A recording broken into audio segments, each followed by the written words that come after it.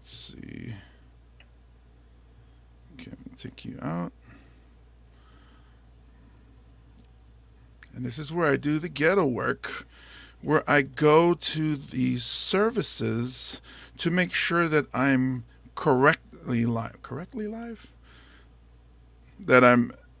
Yes, okay, so that's working because I'm paying for these service, man. And this podcast is not being like monetarily sponsored yet, so I gotta always double check to make sure that there's, if I click on Facebook where I'm supposed to be live, that I see myself live on Facebook. I guess maybe that's just me. I'm that guy.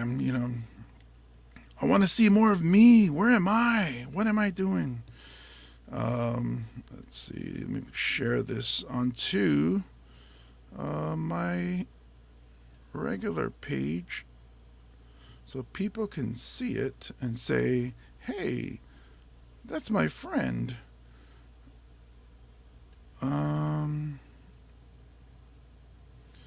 This is where I always run into this issue. Oh, that's why. I'm just an old man trying to figure out Facebook. So, like YouTube, Twitch, I jump on it quick and it, boom, there it is. I go to Facebook and I'm like, what, where is it? What is, there we go. It finally, Facebook is always the last one. Let's see, okay, let me share this. Cool. All right. Thank you for finally joining the party, Facebook. Welcome. People to the show. Let's see.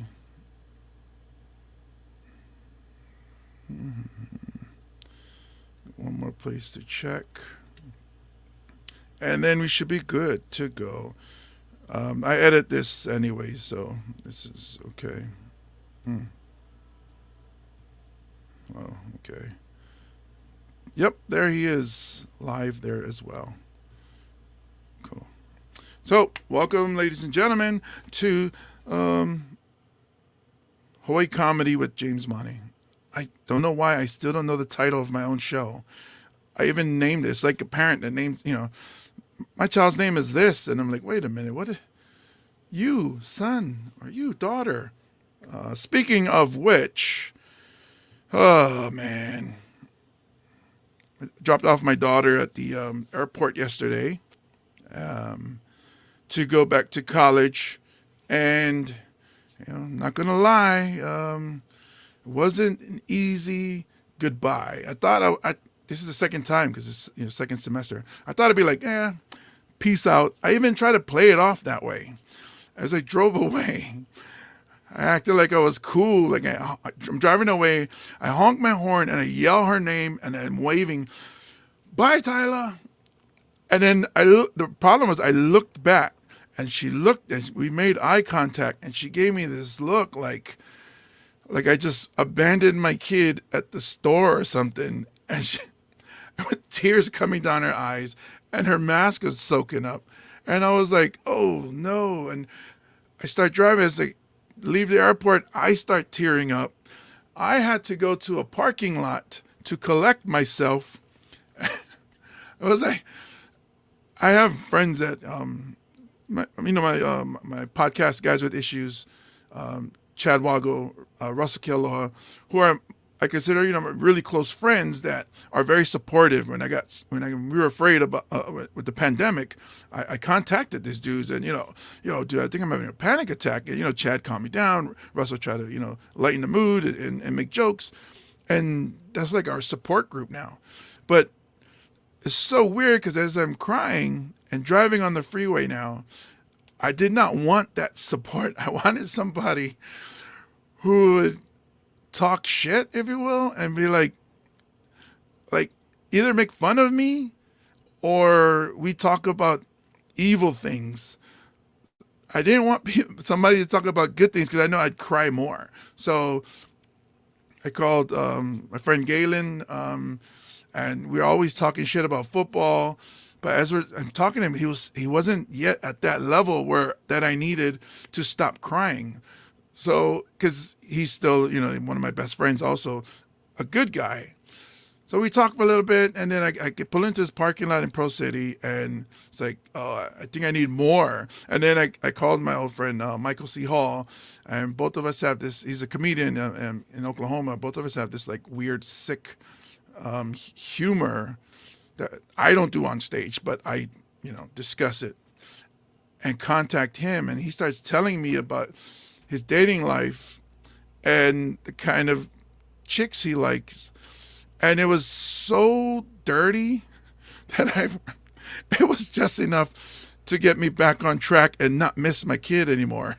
I was disgusted by his stories, and I was like, this is the side of therapy, I guess, that, psychiatrists don't get to. I think it works. I think we should, like I don't, there's certain times where I'm sad.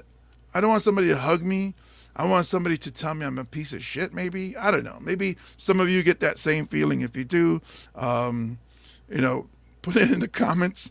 We can discuss that some other time. Right on time. There, my daughter's jumped in and she's saying hello to me. Hey, Tyler. Thanks for making me cry, punk. So anyways, let me, before I continue, give shouts out to the sponsors of the show, because yes, we do have sponsors. Give a shout out to, if you haven't noticed, I'm wearing this beautiful shirt. See, lovely shirt. It's by Oahu Golf Apparel.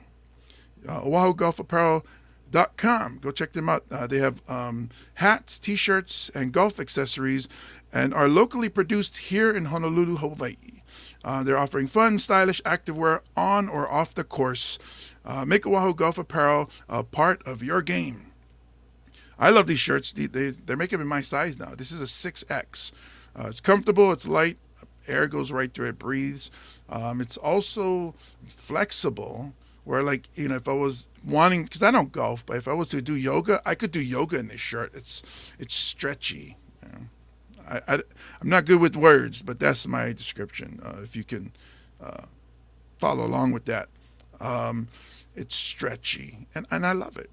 I think you would love it too. So go check them out, OahuGolfApparel.com, and get yourself a beautiful shirt like that. Let's see the comments. My daughter, so she says, I'll cry if you want. Why would I want that? I don't know. But I appreciate it. Thank you, daughter, for offering to cry. Let's get this show started. Let me get this beautiful music on here. Give me a second, because I'm not that fast with the computer. Let's see. Boom.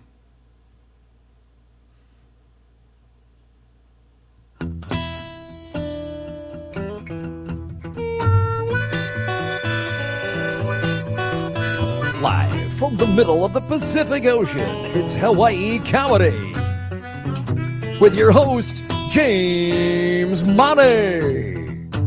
Island days, clear blue water, and mountain ranges, and dancing daughters. I can't get enough of these island days. Won't you take me back to Honolulu? Yeah, that surf is high and I am too. Sing songs all night long. I'm living these island days. Oh, they told me not to fall in love, but I just could not help myself. Oh, I missed my flight again. I was sleeping here with my new friend. Oh, yeah.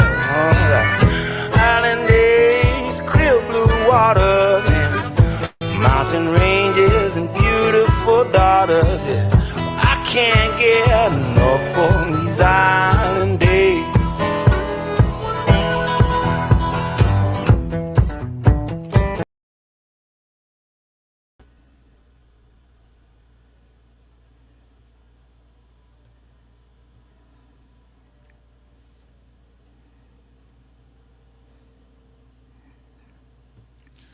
Yes, I can't get enough of these island days. That's music from Tavana. Tavana, awesome guy who actually tried some stand up too. He's an amazing musician. Tavana, you can check him out at tavana808.com. He's a multi instrumentalist from Honolulu, Hawaii, who uses electronic drum triggers to lay down a variety of grooves with his feet while simultaneously playing guitar, banjo, lap steel, or ukulele and singing soulful inspired rock and blues. I love his music. I don't know, when I listen to it, I feel like I'm a cowboy or something. Like, like I'm ready to take over the corral or whatever they call it, and just be like, let's do this. But before I could go on, I'm starting to ramble. I want to bring on my guest, and I got to give her flowers, as they call it, her credits. She recently sold out Blue Note Hawaii. I think about 2 or 3 weeks ago, earlier in January. The show's Once You Go Asian. She headlined it. She destroyed it. She's been doing comedy here in Hawaii for a little while. She's performed all over the country. I've seen her videos. She's so funny.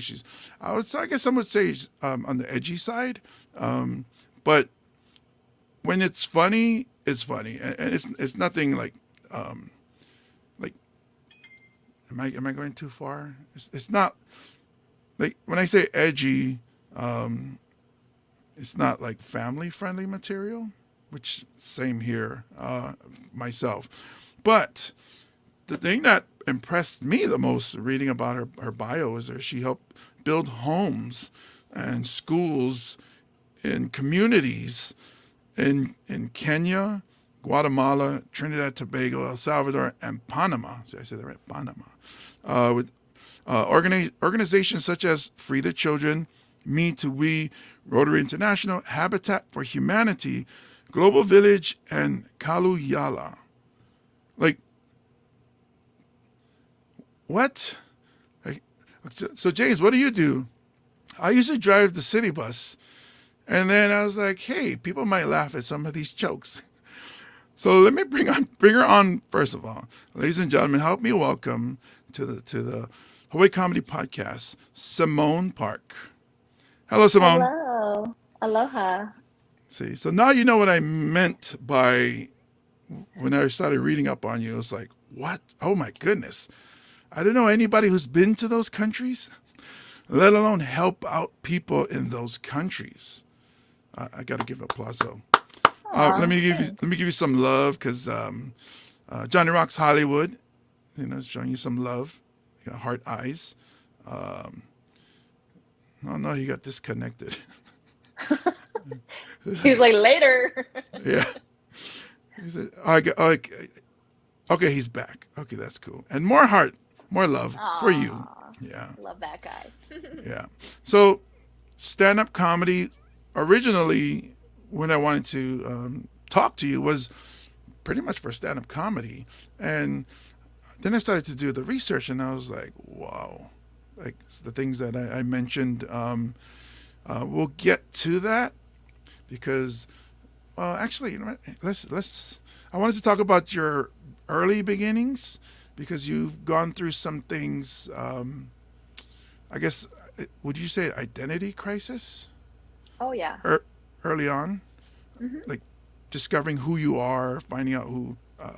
Because first of all, and I apologize for talking a lot, but your father is North Korean, your mother is South Korean, but your dad was, the time when he was young was, I guess it wasn't as bad as it is today, where he was able to cross the border, get to the South.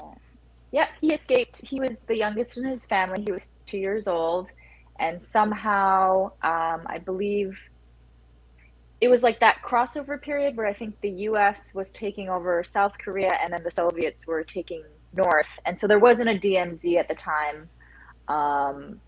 Not as crazy as it is today. You could never escape through the DMZ today, but they still should have been killed, and somehow they managed to make it through.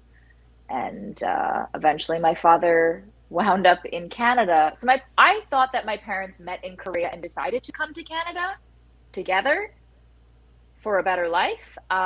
It wasn't until I was in my 20s that I found out they met in Koreatown in Toronto, Canada. What was it like? It was like they were the only two, and they were like far apart, and they're looking at each other. Wait a minute, is that a Korean over there? Is that kimchi on your breath? Because we look, like we got the same eyes. I mean, looking around at Toronto, we don't look like anybody else. So they had to have stood out. But that's crazy because I was thinking like, all right, so for the Americans watching, just so you know, Korea is not next to Canada. So he didn't just walk across the border and then they just walked over to Canada. It's very far. I mean, the chances of two people, I guess. I don't want to date your parents. I mean, as far as saying that their age or whatever, but I'm pretty sure at the time that they met, it couldn't have been a lot of Koreans in Canada. I think there were a few. There was enough to have a Korea town, but still, I don't think it was. That. Yeah, I don't think it was enough to, where they had to pick and choose amongst millions of Koreans.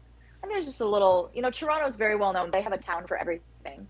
So we have like little Somalia, little Ethiopia, Chinatown, Koreatown, little Croatia. That's just Canadians are so extra. Especially in Toronto too. I went to school at University of Buffalo. We'd go to Niagara to party across the border because this was in 93, 94, 95, pre 9/11. So easy to get over, but also the drinking age is younger in Canada. Sure so we'd is. go there, and it's stronger too. Alcohol was stronger there, and at that time it was just you driving across the border and they where are you from? America. All right, and that was it. Yeah. So going to Toronto and seeing how big that city is and how clean it was, like compared it to New York City in the 90s, and it was like, wow, everybody said Toronto's like the New York City of Canada. I was like, no way, this place is clean. And in fact, you guys had Kentucky Fried Chicken delivering. I don't know if you know that, but when I went there, I was like, we don't even deliver in America Kentucky Fried Chicken. This Canadians, that's why I was telling you when I started talking to you, I was like, Canadians are awesome. That's why? Because of KFC delivery?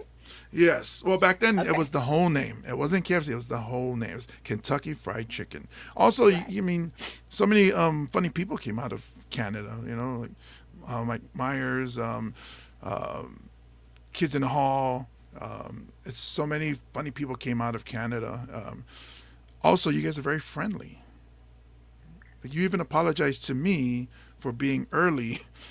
It's like, oh, I didn't get the link yet. It's like, I'm sorry. And I was like, no, I'm the one who's late, so I'm sorry. Sorry. I'm sorry. I'm sorry. Sorry. Yeah, that's how it's pronounced. Yeah. What's that about? Hey, Jose, he's saying aloha. I'm pretty sure it's for you and not for me. So, but yeah, so your dad's North Korean, your mom's South Korean, so you're in between. Does that make you Central Korean? Ooh, there's a joke. Oh, yeah. It was very hard at times, truthfully, because often I find the people who are the most similar, they always hate each other the most, if that makes sense. It does. Yeah. Because we hate ourselves, and when we meet somebody like Exactly. ourselves, we hate them because you're like me. Yeah, and I think we're a mirror for one another. So when we see the other person exhibiting things we don't like in ourselves, it drives us insane. So you're saying your parents didn't really get along at first? They fought all the time. I mean, yeah, it was very tumultuous. Wow. Yeah, I think Well, let me lots of say. So I grew up around. I'm not saying I'm a Korean expert, But where I grew up in, I didn't grow up around Samoans. I knew more about the Korean culture growing up. From 5 years old to about 12 years old. There were three Korean families, and I lived in a apartment building. Three Korean families, a Vietnamese family, a couple of Chinese families, and this wasn't like local. Like today, when you around those families, they're more Hawaii local than just fresh off the boat. Where the people I met was fresh off the boat, and the thing I knew about Korean families was they were all if one of them got into a fight, they were all getting into a fight. And I've got beaten up a few times. Very passionate people, I'll say that. Fiery, and like you would think, stereotypical person would think, these guys are short. Apologize, don't cancel me.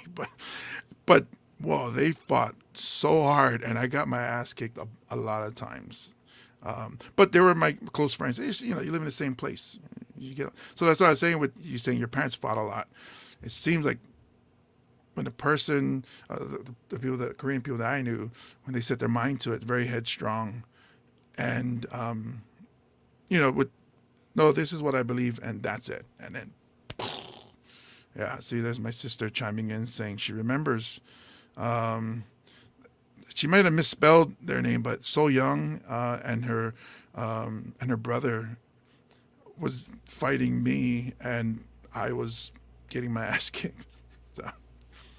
And my sister's best friend was Sanjay. So nothing negative against Korean people, because there was also a Korean grandmother that loved me to death. And I see a lot of jokes coming out with social media sketches where Korean parents, like the son is like a prince and the daughter is like disappointment. So are you an only child, or did you get that?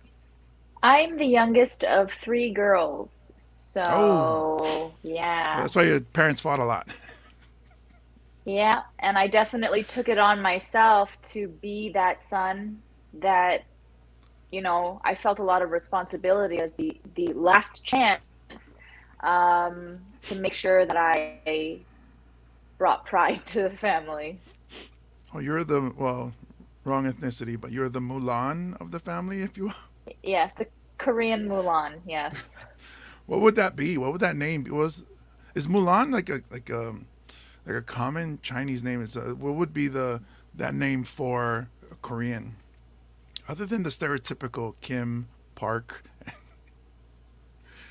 I don't know. There would definitely be a hyphen in there somewhere, the two-part series of names. That's all I do know. Hey, so Kevin's on here insulting me. Isn't your dad always crying? Thanks a My lot, dad? buddy. Or your No, he's talking to my daughter in the chat. But he's asking you, do you ever explore the concept of Han in your work?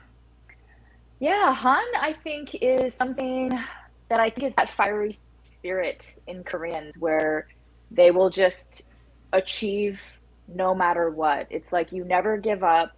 And there's this word in Korean, it's like chamo, which I don't know, but to me it is just endure and like just keep going, no matter how painful it is, no matter what's going on, just stay with it and keep going. And I think that kind of embodies like the Korean spirit. It's like we will not give up no matter how hard it gets.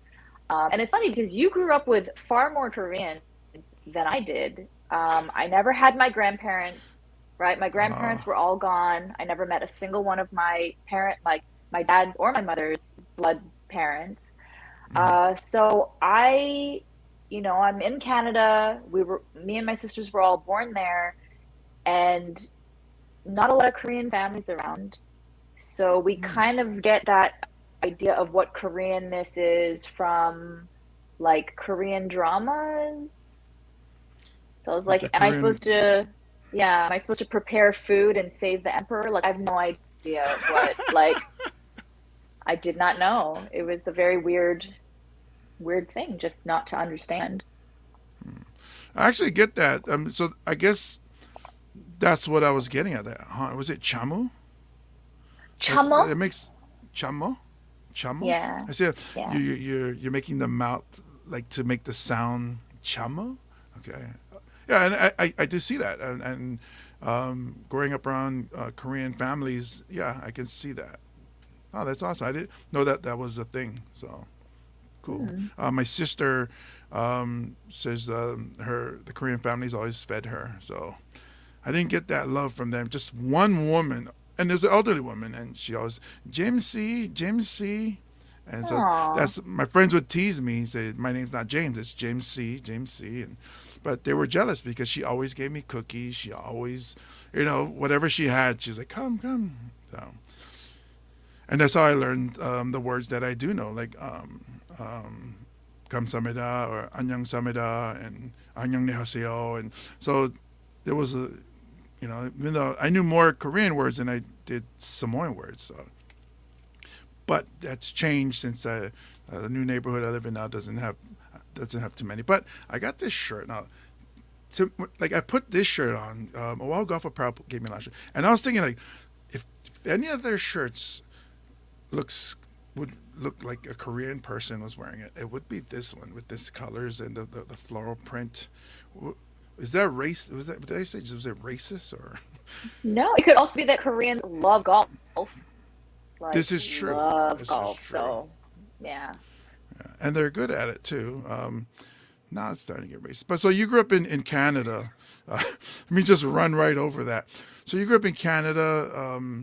Yeah, it's not having Korean role models in your community aside from seeing what you see on TV. And I don't know if it's a touchy subject for you, but I did read that. So you didn't you I guess grew up like a white girl instead of a Korean girl, or you didn't really associate with being a Korean person.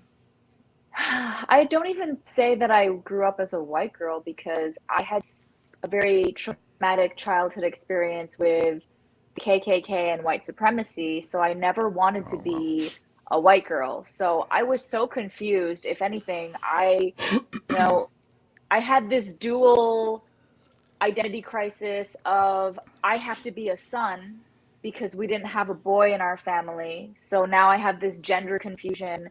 But then also, I didn't want to be white because of that experience, right, with like neo-Nazi skinheads.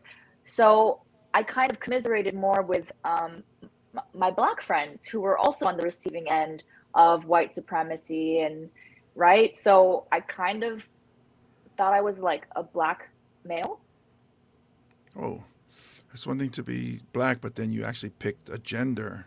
So it's very specific, which is funny because seeing your early headshots or poster pictures where that cap backward, it looked very hip hop, very urban like, and so and Simone P is what you went by. So it's like it's like a rapper or something, like Master P, or it didn't seem like a comic until I started seeing your performances.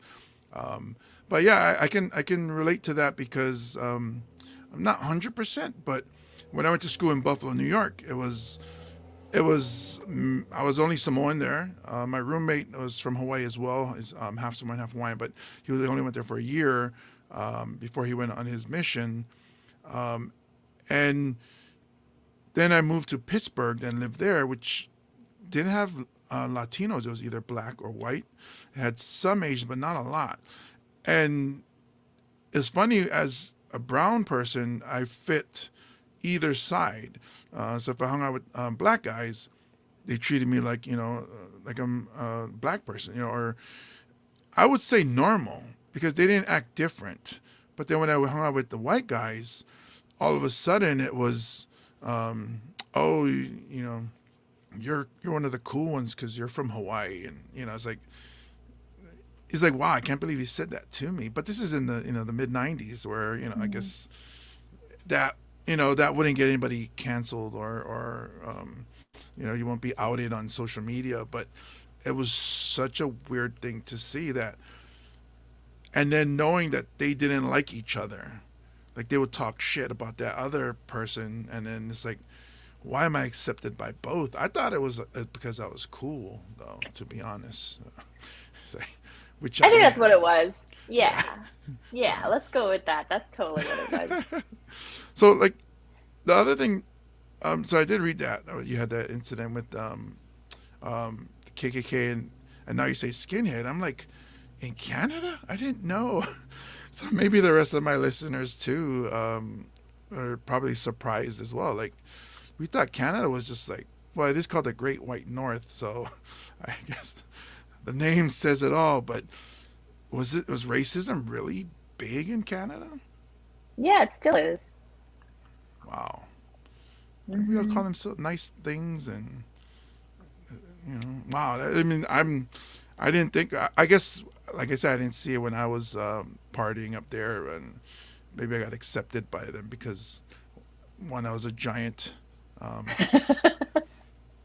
So they probably feared me. But yeah, so the other thing, the places that you've traveled to, like I mentioned earlier, like, so these places like Kenya, Guatemala, Trinidad, Tobago, El Salvador, Panama, these are places that you went to and helped out, or were you like most of my friends that, oh, I helped out this family, I sent like $10, I donated to charity, and did you actually like go to these places? I have physically mixed cement and laid, like, I've done construction in all of those countries that you've listed. Oh, Because I'm a beast. I don't know if they used to call me the tank in rugby. oh, that's right. You were asking about rugby the other day, so you're a rugby player.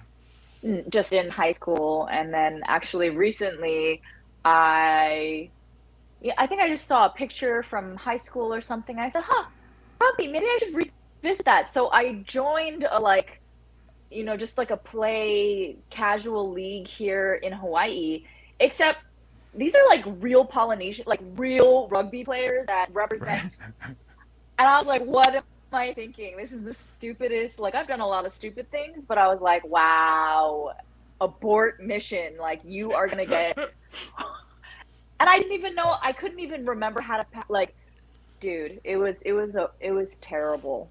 It was terrible. Yeah. You start thinking back to like, man, Canadians play rugby different from these people. Oh, okay, here's a good question. Kevin's asking: is there a KKK in Canada, or what do they call themselves? I Is it still mean, Ku Klux Klan, or? they were wearing like the robe, so I assuming that they identified in the same like faction. But Canada is pretty much very similar. It just like crosses over through the boundaries. Like Hell's Angels, right? You guys have Hell's Angels, the Yeah, motorcycle. yeah. That was the largest like organized crime faction in Canada for a long time. So Uh, it's really the same organizations. We might just add an extra U in some words. like Yeah. rumor, or Yes, so would it be exactly. like Ku Canucks Clan? Oh, hey, Ooh.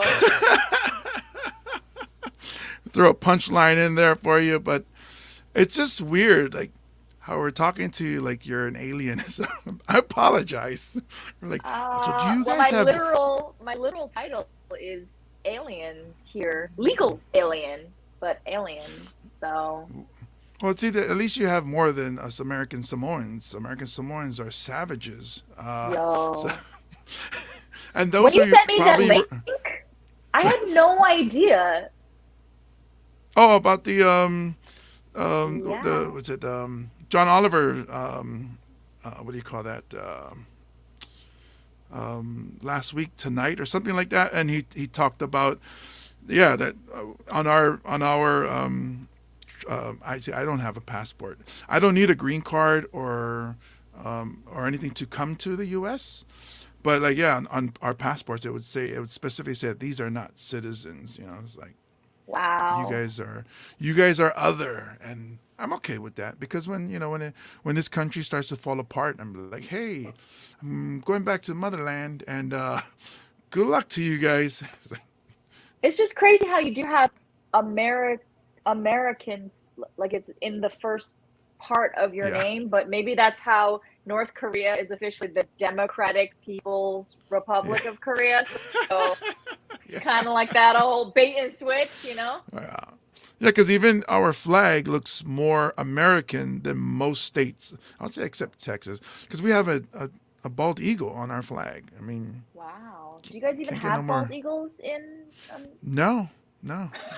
So we do not have those birds at all. But we was like, we gotta rep the country, man. Thank you for wow. McDonald's. Thank you for this money.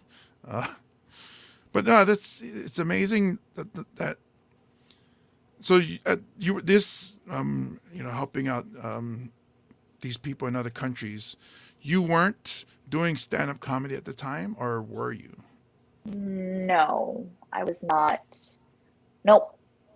Comedy was 'Cause, not even on my radar at that point. you would be that they're like, oh, this person is. We appreciate her helping out, but she got to stop with the one-liners, man. You're that person at work, like, a hammer. You know what I'm talking about? Oh, where'd you get this Simmone chick from? Oh, she's Canadian. Canucks clan. Oh boy, wow.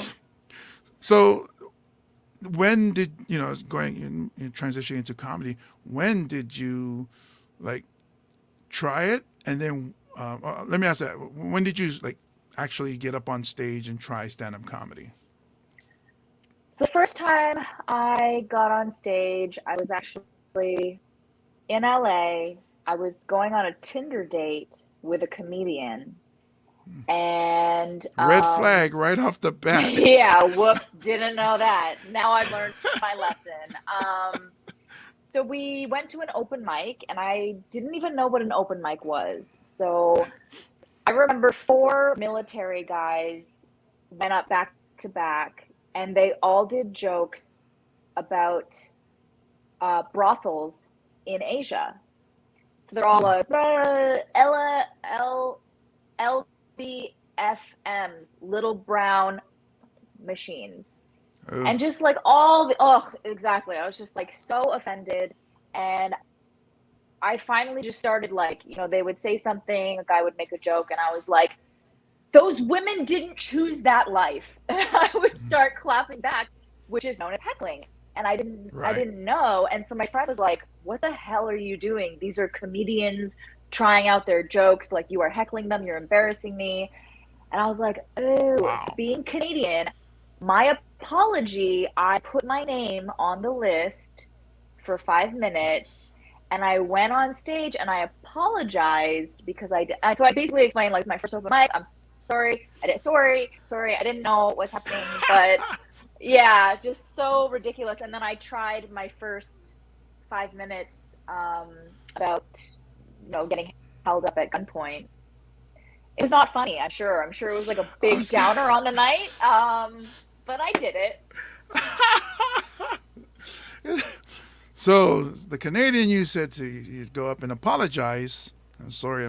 You have a Tim Hortons, and then you went and said, so I was held up at gunpoint. And you just brought everything down, like, oh, what? It's like, yes, this is how I'm getting back at these guys by talking about traumatic moment in my life.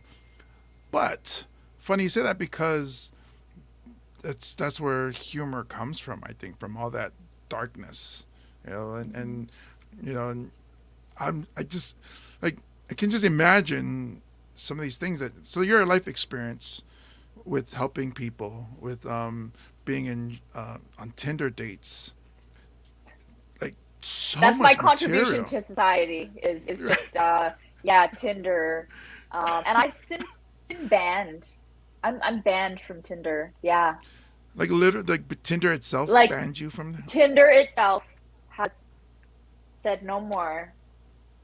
Wow. Yeah. Is it because you went too many dates, or or because of the I guess the reviews they get about you, or Who's reviewing? I don't honestly, I have no idea, but I know that I Tindered in 25 countries over the past 7 years.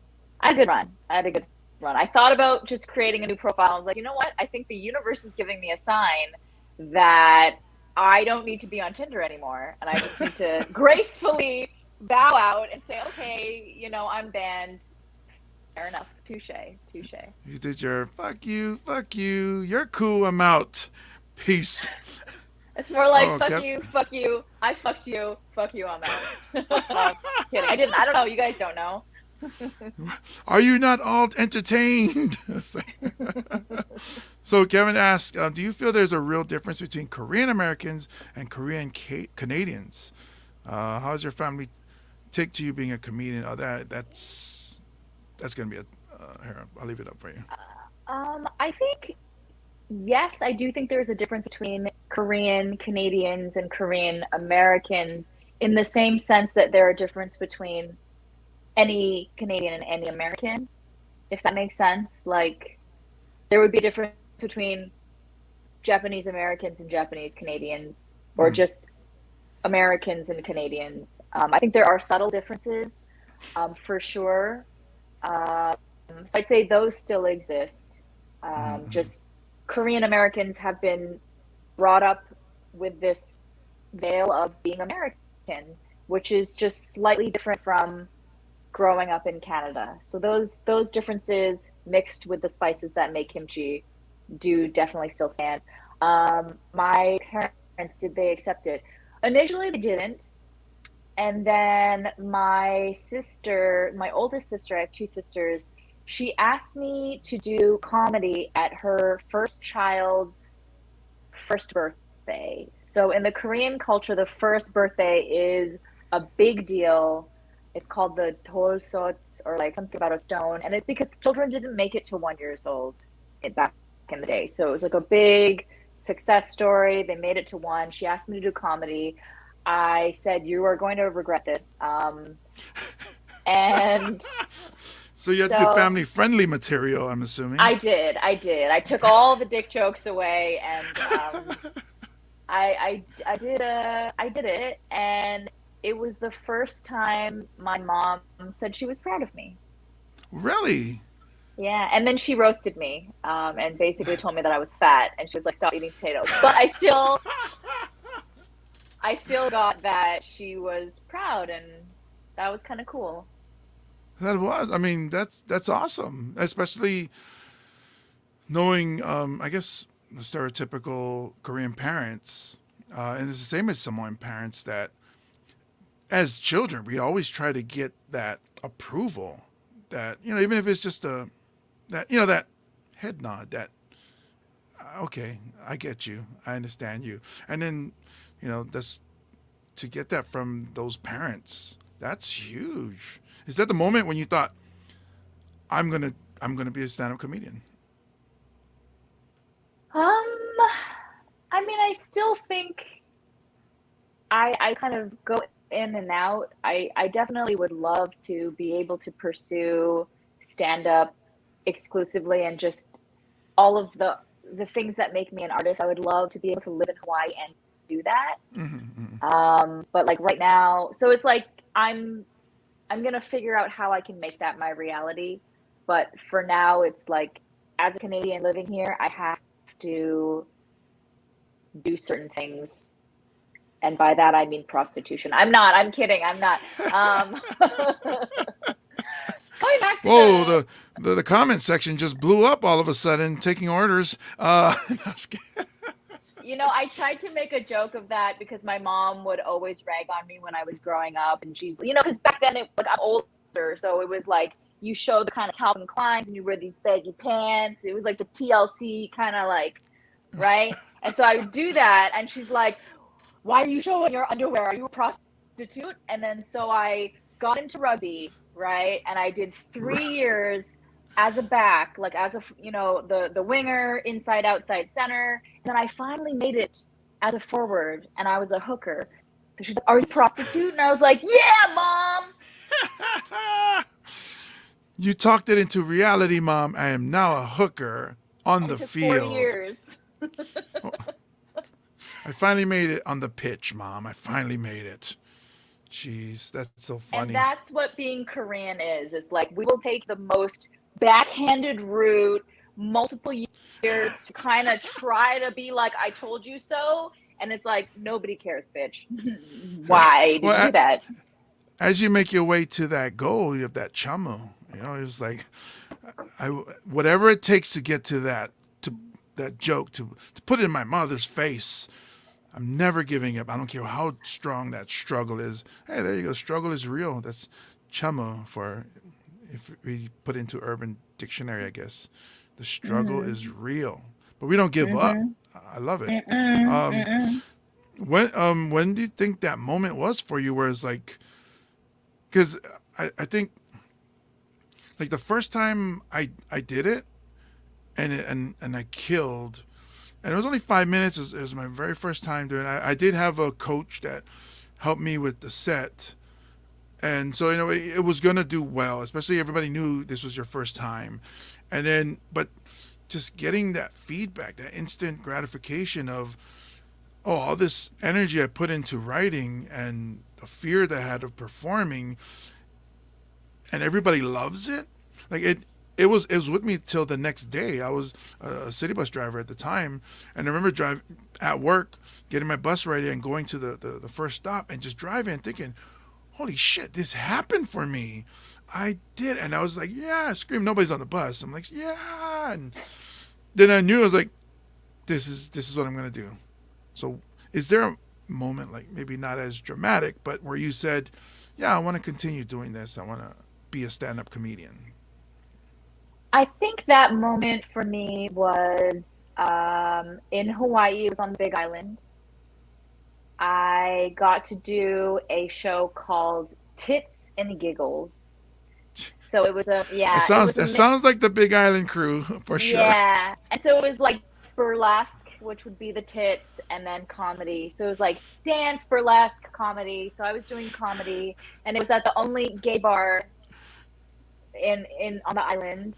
And I just like it's like hitting a golf ball correctly, where it's not about hitting it hard. It's just you hit it so perfectly that it makes a different noise.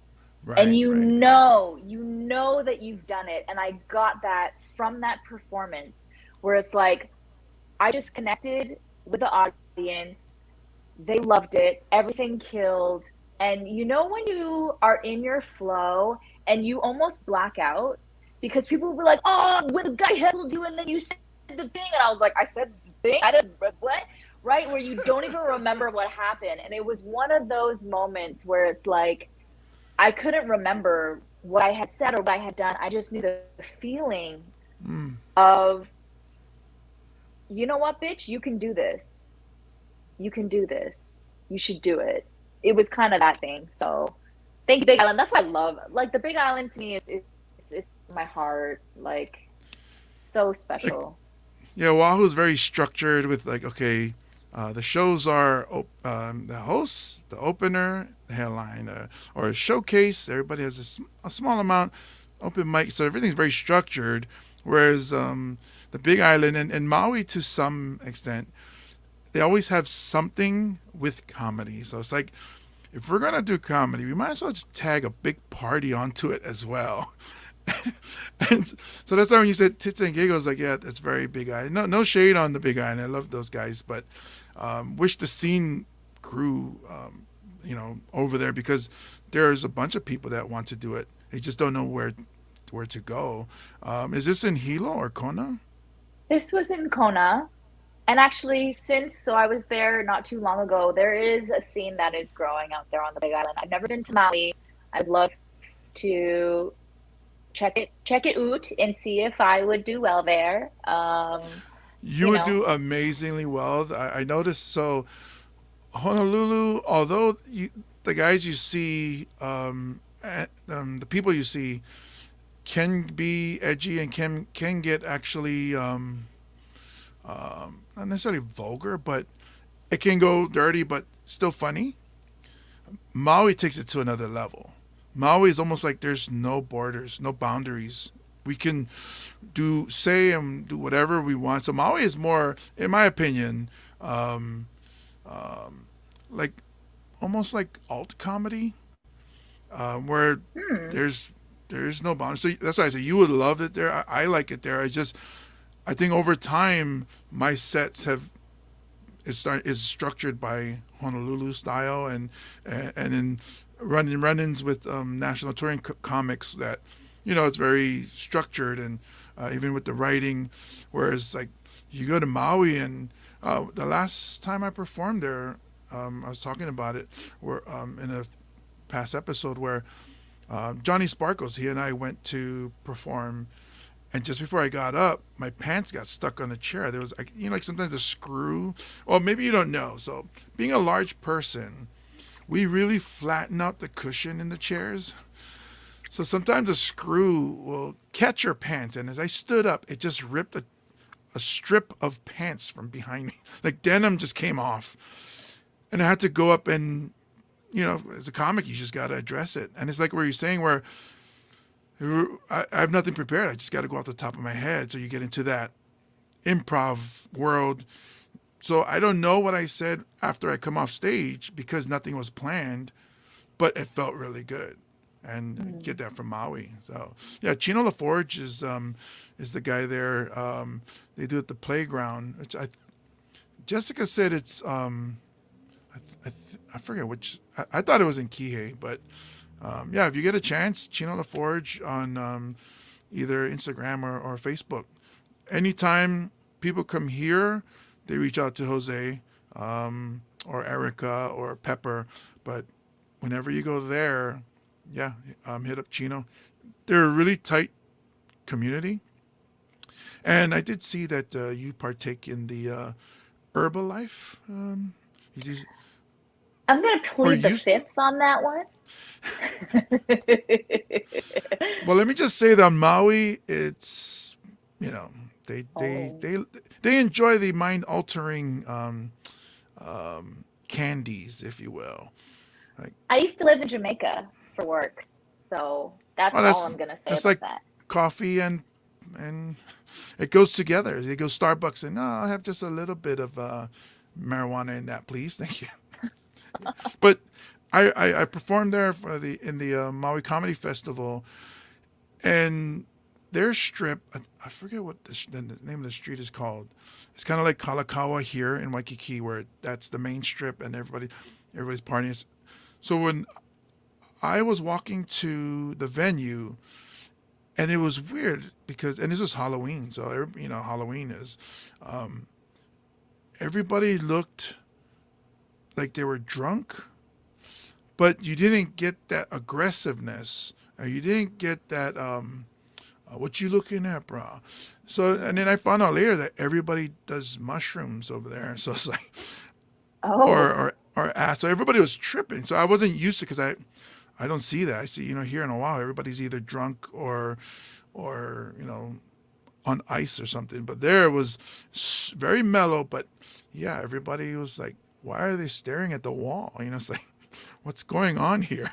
But, so yeah, it's in Malaya. I don't know if that's spelled correctly, Jose, but thanks anyways. That's where Playground is. I got to give a shout out to my friend here who finally caught a live episode, and I'm glad it's this one. He gets to meet you. Krusty Pete is in Germany. He's a big fan of the show, big fan of comedy.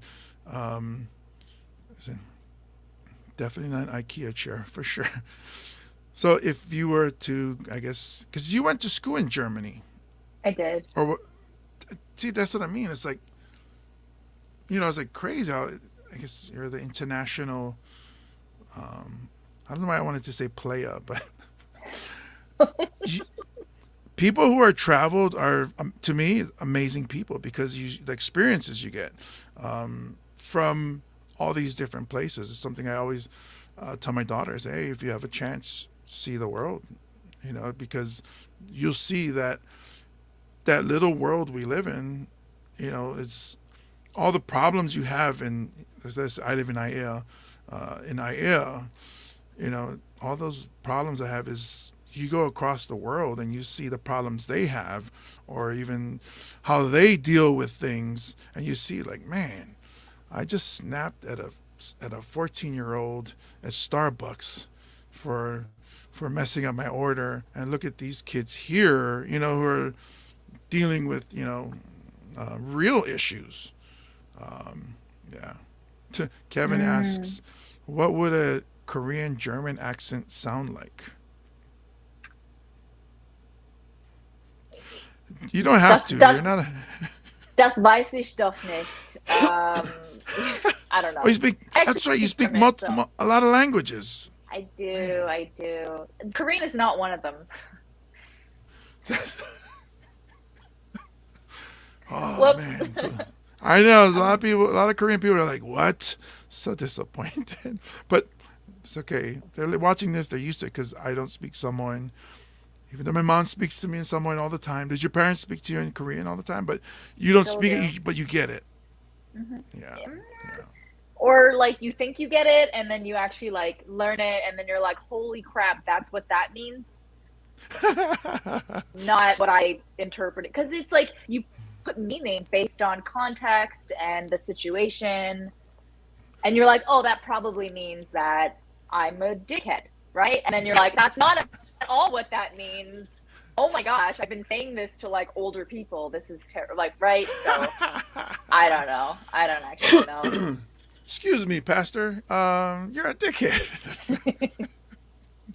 How dare you? So, how long have you been doing comedy, first of all? This August will be 5 years. Wow. So yeah, you're seasoned. I've seen videos of, you can search up Simmone Park on YouTube and see where is it Gotham? And so is that in New York? That is in New York. That's like in Manhattan. And like Nice. all the, like, you walk in and there's like portraits of like Dave Chappelle and Robin Williams and like Margaret Cho and all like just, and you're like, holy shit, I'm doing this. And I've only done the new talent nights, but they always bring a real comedian, because sometimes the new talent is terrible, right? And people are still paying a hefty amount, and they got to buy drinks or dinner or like, right? So I remember one time where Jerry Seinfeld Wow. went on, and I still had to go on after him, and I'm like, what the like, just doing a quick 40, out of nowhere, and you're just like, I still need to do my set, like, this is insane. And it just kind of started to get a little bit more normalized where, I think I performed with Jim Gaffigan twice at Gotham, and the booker there as well was very, very encouraging, and he would tell me that, the gunpoint story, it's only now in Hawaii that I've started to joke about it on stage. And I think it's because I actually wasn't healed from it. It was still so traumatic to me. And Hawaii's the first place where I felt safe and a little bit more at peace. And so now I'm bringing that to the stage. But he was saying, you're the only one who has that experience. Right. You have to joke about it. And I just, so I actually emailed him and I said, I got to headline at the Blue Note, and I finally joked about the gunpoint story, and I thanked him, because he always would encourage me, and they don't need to do that. Right. They don't need to, right? So I'm so grateful for I've had so many wonderful mentors and teachers throughout my life that have really like kept encouraging me to push the envelope and just keep doing my thing and sharing my truth. Because I have, when I did my headline set, I inserted at least 5 very traumatic jokes or stories that were all truthful from my life. And I still have a gauntlet, like a slew. Like, I had to cut and paste and be like, no, I'm going to save that one for that. Like, I got at least a 3-part series for all the trauma that I've experienced. So I don't know. That's also what I love about Hawaii, is that a lot of people haven't. Like, a lot of people here lived wonderful lives. Yeah, we think we've been through some traumatic things, but then when we compare it with somebody who's actually been through traumatic things, and it's like, oh, okay. Like, and everybody has the traumatic things that affect them differently. It might not be gunpoint. It might be, for them, it's heavy where, oh man, my kids, I can't feed my kids or something like that. But that's what I mean. That's why it's funny because when I read up on you and telling you these things that I read about you, and you look at me like, why is he amazed? Because it's, I guess as you don't see it yourself as a comedian. Well, first of all, as a human being, amazing, you're an amazing person. As a comedian, I'm like, holy crap, the material. And like you said, with all these traumatic things that you've gone through and experienced. So one of the jokes that hit really hard for me is when I almost drowned in Portland, Oregon. And I go through it. At that time, it wasn't a gunpoint, but, I honestly thought I was over. I was done. It was whitewater rafting. I fell over. I guess I was too heavy for the life vest, but eventually they pulled me out. It was underwater. I was at the point where I was like, that's it. It's done. This is, but when they pulled me out, it was a struggle because you still have to swim your way up out. It's not like their brute strength I'm 450 pounds. They're not going to just yank me out. So, and I was so winded by that, and I couldn't even talk. I've never been that exhausted. And a lot of it was fear too.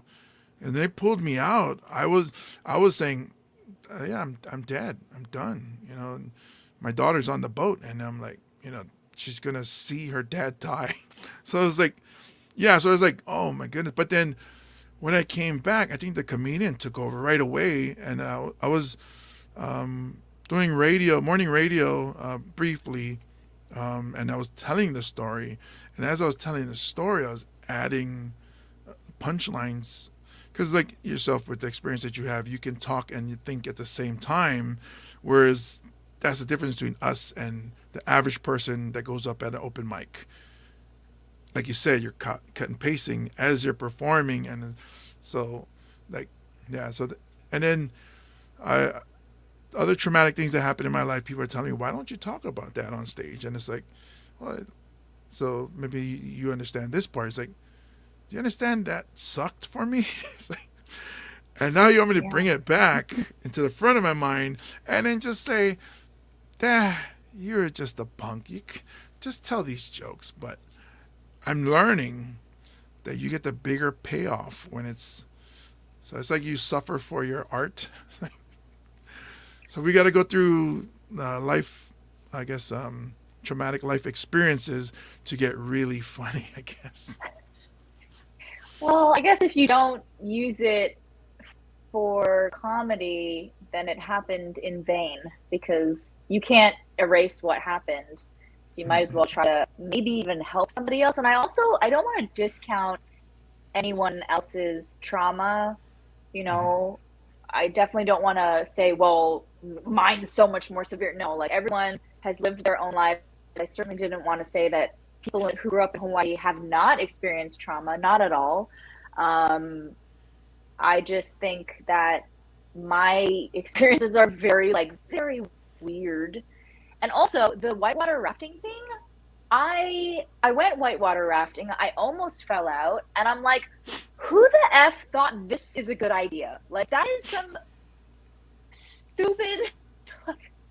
Well, I figured it out. Why? The name tells you who. So it's not White Brown people, for sure. Brown, yeah. So that's who's supposed to be doing that. Yes. Oddly, it was my daughter's soccer coach, who was a Japanese man that grew up in the Northwest and went whitewater rafting a lot, and he said it's so much fun. So there's 5 stages. A tour doesn't take you on stage 5. No. This was stage 4. He didn't take us to. It's like 1 or 2. You take us straight to stage 4. Or isn't that dangerous? It's like, oh, you'll be all right. It's like, you be all right. I haven't worked out in a long time. I was not all right. Yeah. And this was 10 minutes into a 4-hour trip, and the rest of the trip, I was like, man, I just want to go back. Just take me back. Yeah. But it's There was awesome that you go ahead. I was gonna say there was a girl who did actually fall out in the next raft, and she was completely just terrified, like 'cause she almost died.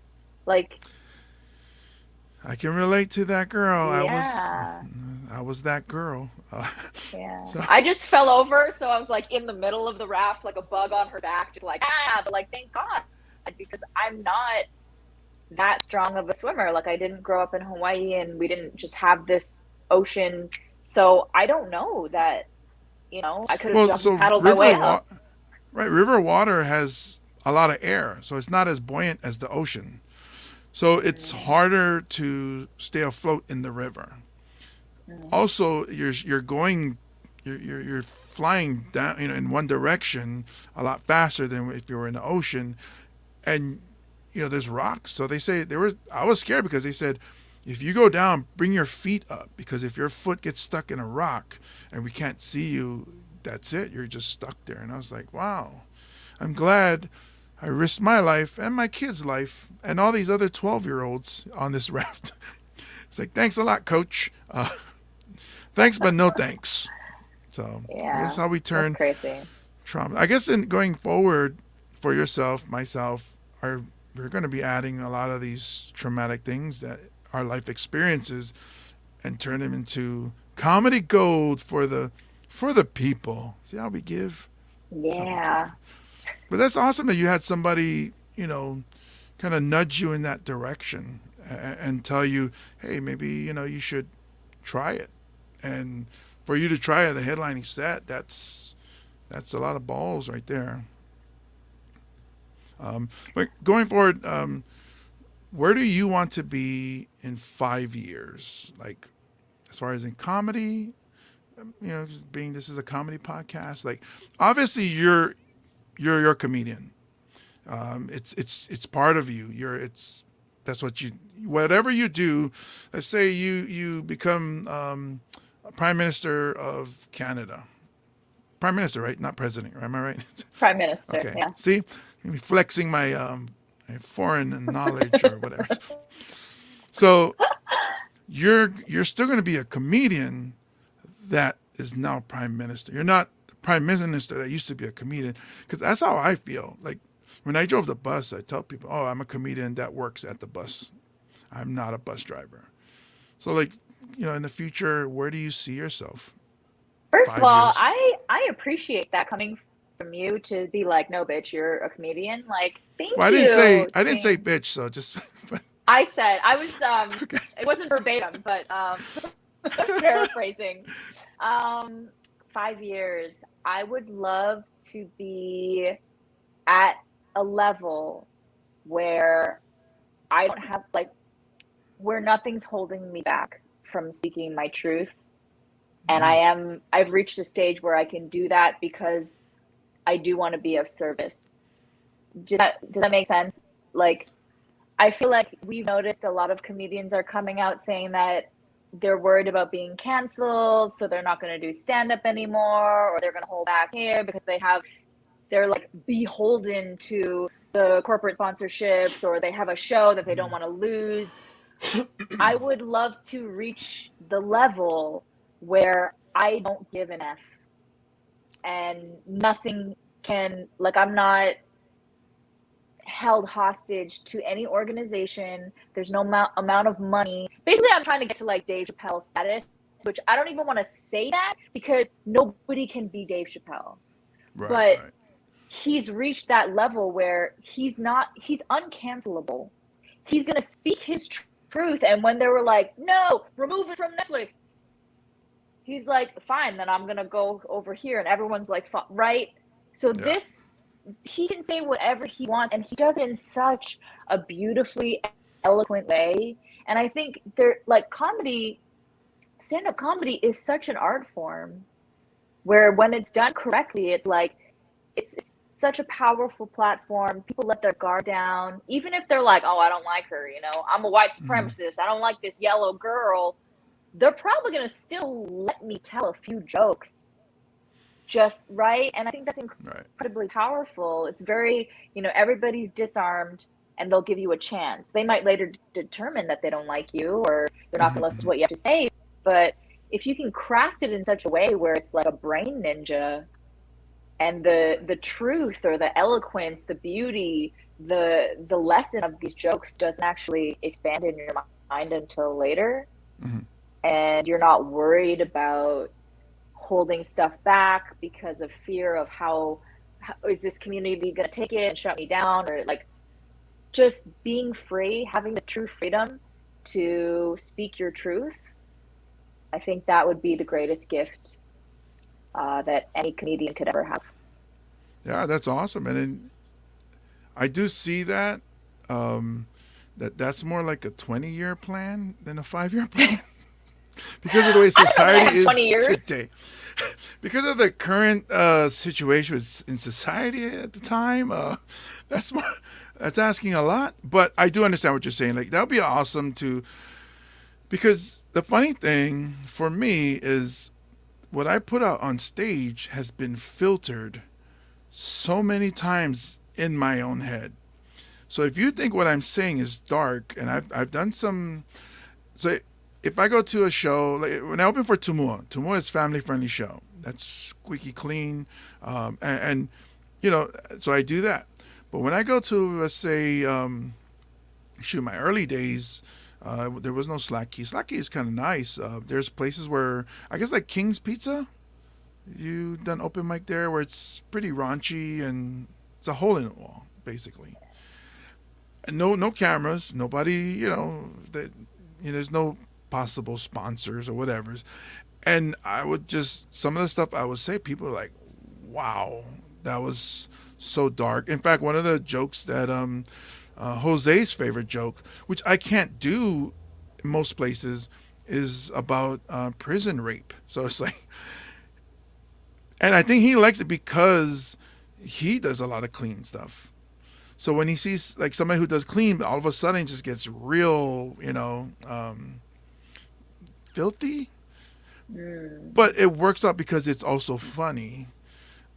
I think it's like I respect that when I see that because I know that's not the worst thing that person thought.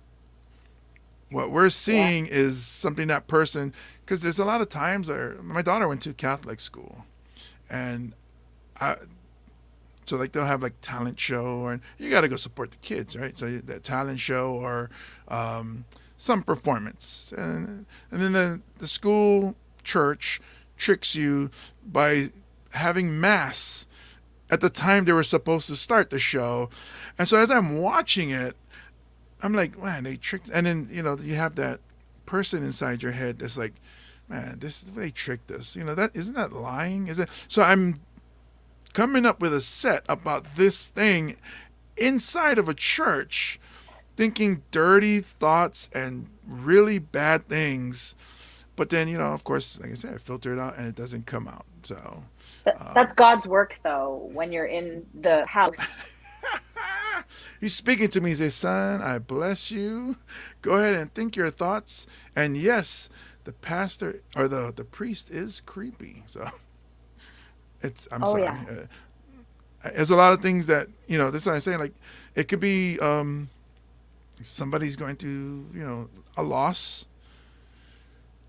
But as a comedian, we still think of like, so when I see somebody post something like, oh, they lost a loved one. So I don't know if you do the same, but I'm like, what is the right amount of condolences for the amount of friendship that we have? Like, so if this is my family who's lost somebody, of course it's a lot. I'm giving you a lot of love. My sincerest, heartfelt thoughts and prayers and condolences to the family, and in the prayer emojis and the hearts. Whereas if it's somebody that just follow me and we don't ever talk on Facebook, and then it's like, oh, that's sad. Just just like prayer emojis or my condolences. So like these are things that go through my head. I don't know if you like that as well. Like when you I see don't these think that's things. dark. I think that's just us verbalizing our honest thoughts. But shouldn't it be like my reaction should be, "Oh my God, I'm so sorry," but that doesn't come out of me. I don't know. I think we're too inundated with so much trauma and so many events that we literally can't process every single event to that level. It's just, we don't have enough time in the day.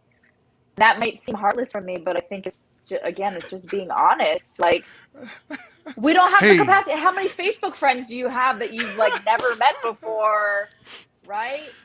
We don't it's have enough funny prayer because hands in the world. Just, how many? One, two, three, four. Come on, dude. you said I don't have enough time in the day to express how I feel about your loss and sorry about your mother, but You get a I, like. I, I I gotta go. I gotta go. You gotta like see that's the other thing. So if somebody posts on Instagram, they lost their job, and I see people click like, I'm like, wait, you like that they lost their job, or I don't understand you guys. I don't think you guys understand what that like button is. So I don't know. Who Maybe that's knows? just I me. can't even. I feel like I'm getting too old for social media, where I'm just like, I don't even like. I'm getting annoyed at all of them. Where I literally I just want land on the Big Island. I want electricity some of the time. It'll be like I'm in North Korea where I just get it some of the time. And I want to grow food and have my chickens. Like, honestly, That's so funny because that does sound like an old person. Although you are not an old person, that does sound like an old person. And it's funny because I'm like that too. Like, um, I was telling somebody, I was like, I'm okay if we go through another lockdown. As long as food can make it to my house and electricity and internet, I'm good to go. And I'm a homebody. I'd rather not be outside. Although, so you've headlined at Blue Note. You got to do all the press stuff, and that's coming up. Thankfully for myself, everything is on Zoom. So I'm like, cool. I don't have to leave. Like before, I would have to get up at like 5 in the morning and go to the TV station or the radio station and then fake it. It's like, oh yeah, I'm excited to be here. We got the sports and we got you're talking about the traffic every 5 minutes. Yes, and I enjoy in here a lot of fake things. So Pete is saying the joy of living over here in Germany is that cancel culture hasn't really taken over like it has in America. yeah, Europe is generally speaking much more open and people are more verbal about. She's just doing one of these.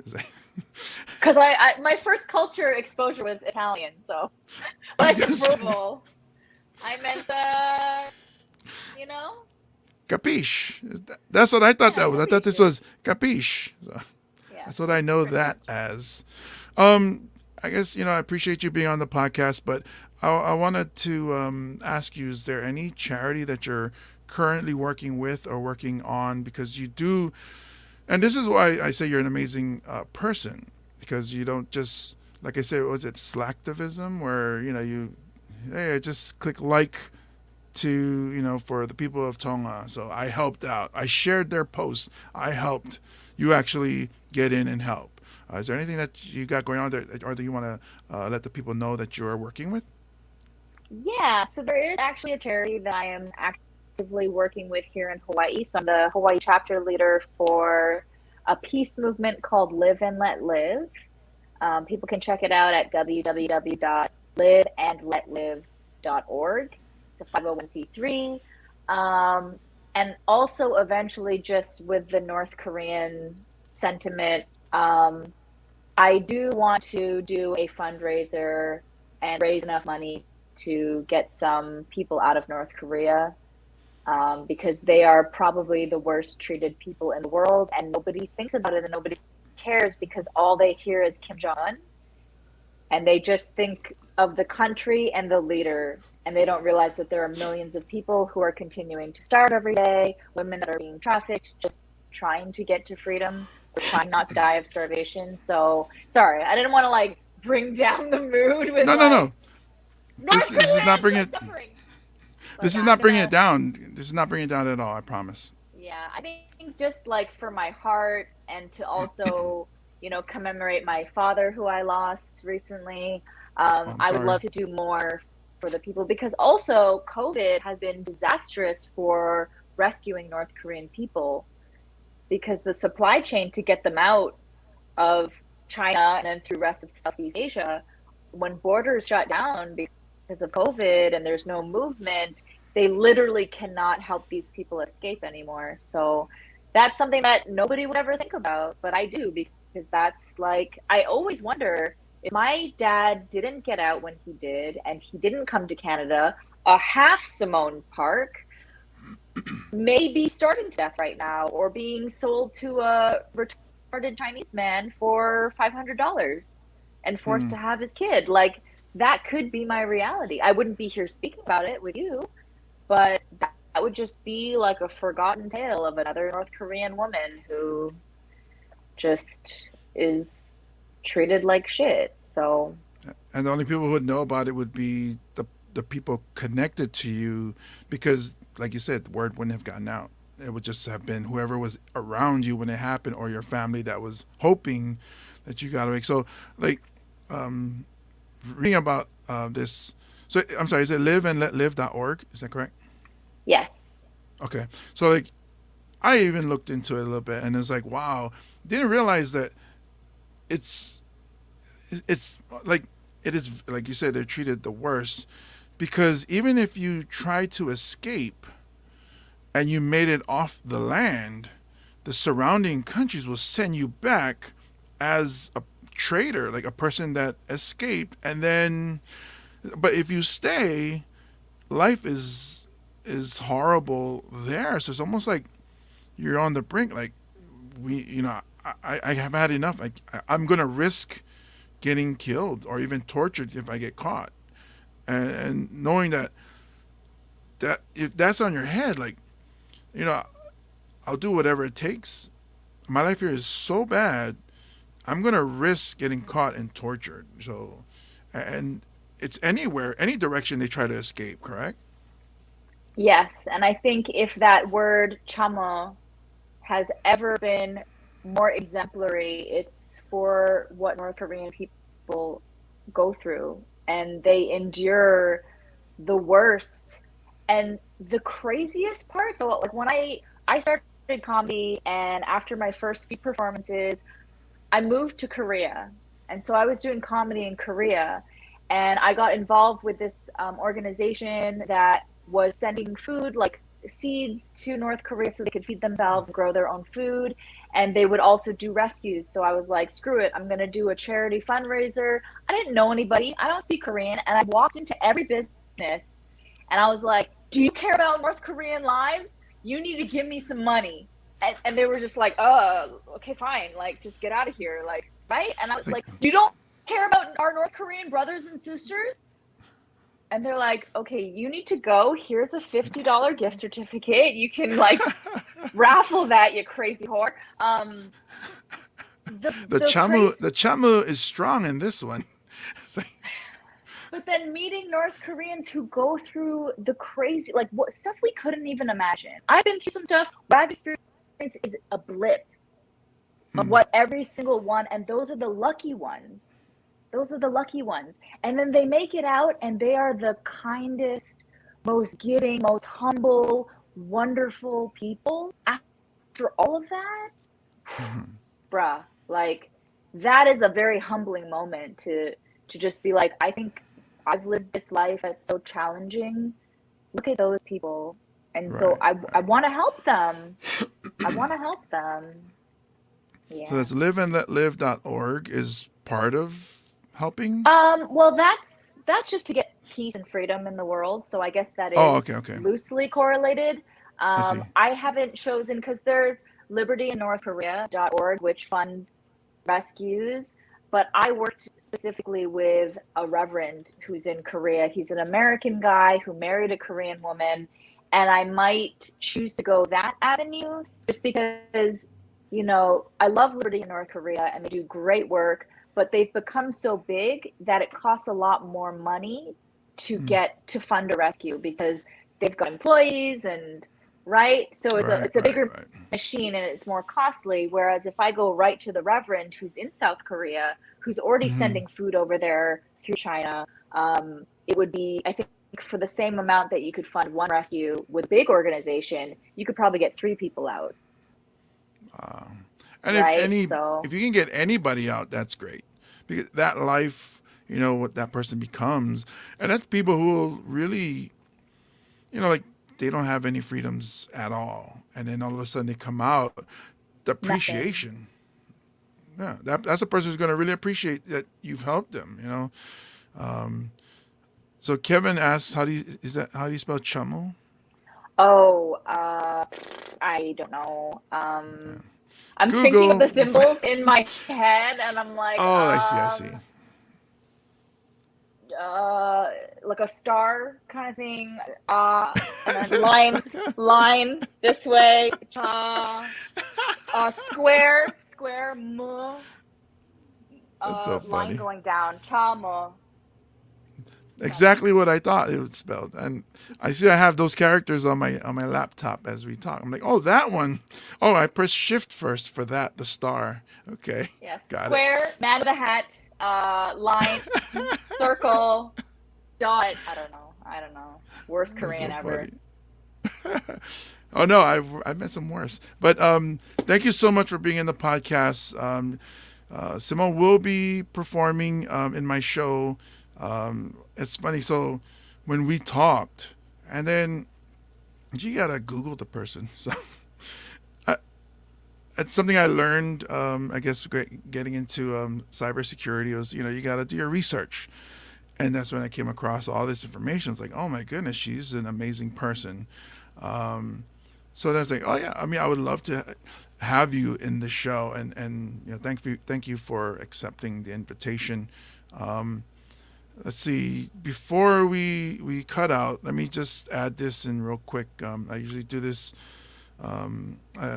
We're in tough times right now. Sorry to bring the show down a couple of notches, but we're talking about serious stuff right now.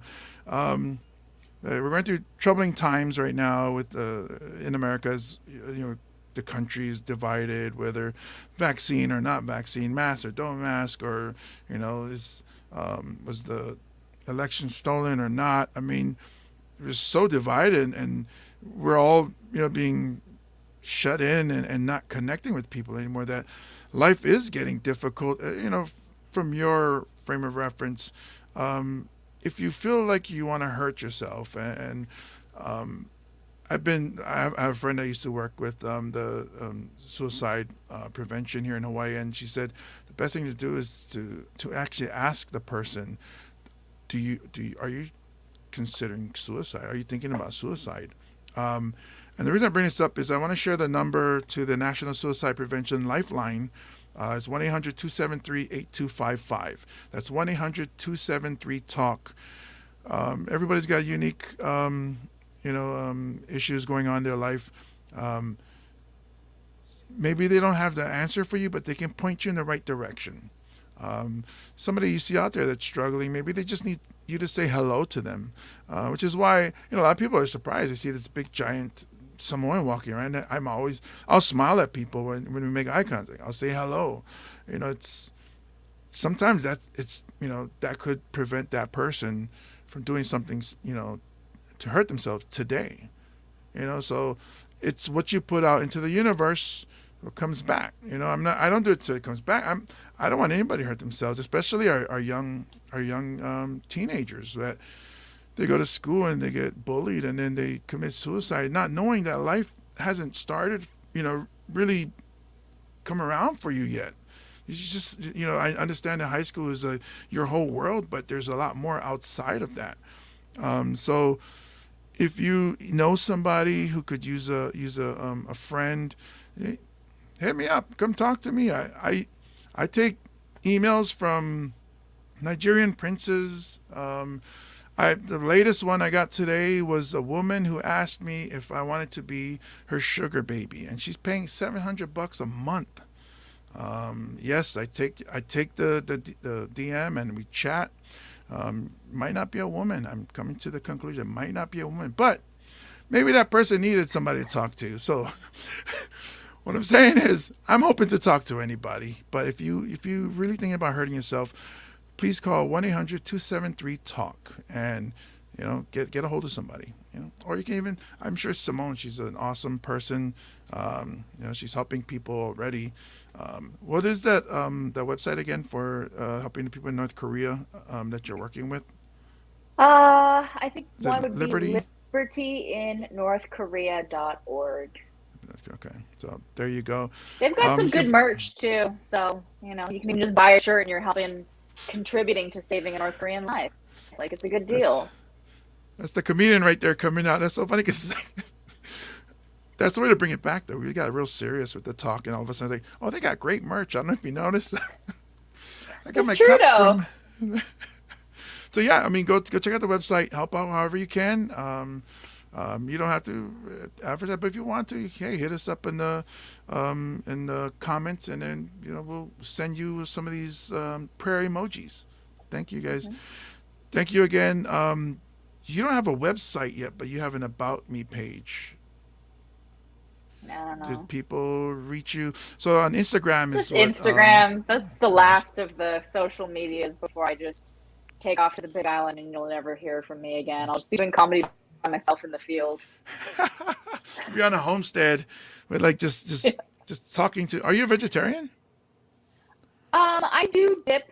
I eat fish sometimes here just because it's like fish is so good, but Well, I you do do need try to protein. be mostly, I try to be mostly plant-based. But also if I'm like at a house and they've killed a pig and prepared it, like I'm never gonna say no to things because it's the intention behind the food as well. Right. Do you know what I mean?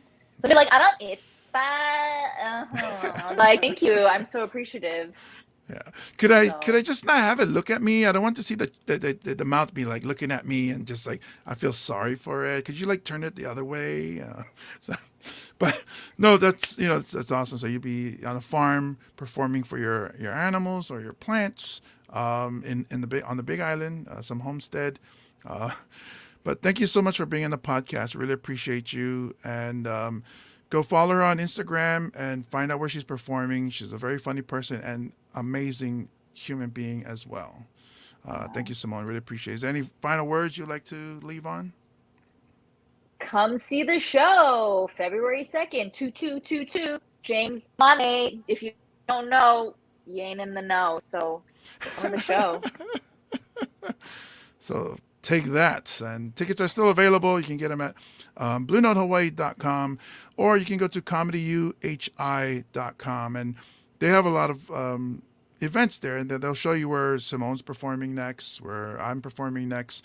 Jose does a great job with Comedy U Hawaii in giving the comedians here in Honolulu some stage time and help us to improve as comedians. So hopefully we'll see you guys. Thank you so much, Simmone. I really appreciate you. Thank you, James. Take care. I'll see you on the 2nd. Yeah? Yes, I'll see you there. Bye. Okay. Bye. All right, so that's Simmone Park, amazing person, as you heard and saw here in the Hawaii Comedy podcast with James Mane. You guys, seriously though, if you guys have a chance, go check her out on wherever she performs. Very funny woman, and she will eventually be on her way to do those big shows. Going to try to connect her with some of the comics that come through because. You got to, help. We all. That's how it is in stand-up comedy. You give that nudge. You word of mouth vouch for it. I definitely vouch for her because she's not only funny person, but she's amazing comedian. So on that note, give a shout out to Tavana again. Thank you for the outro music.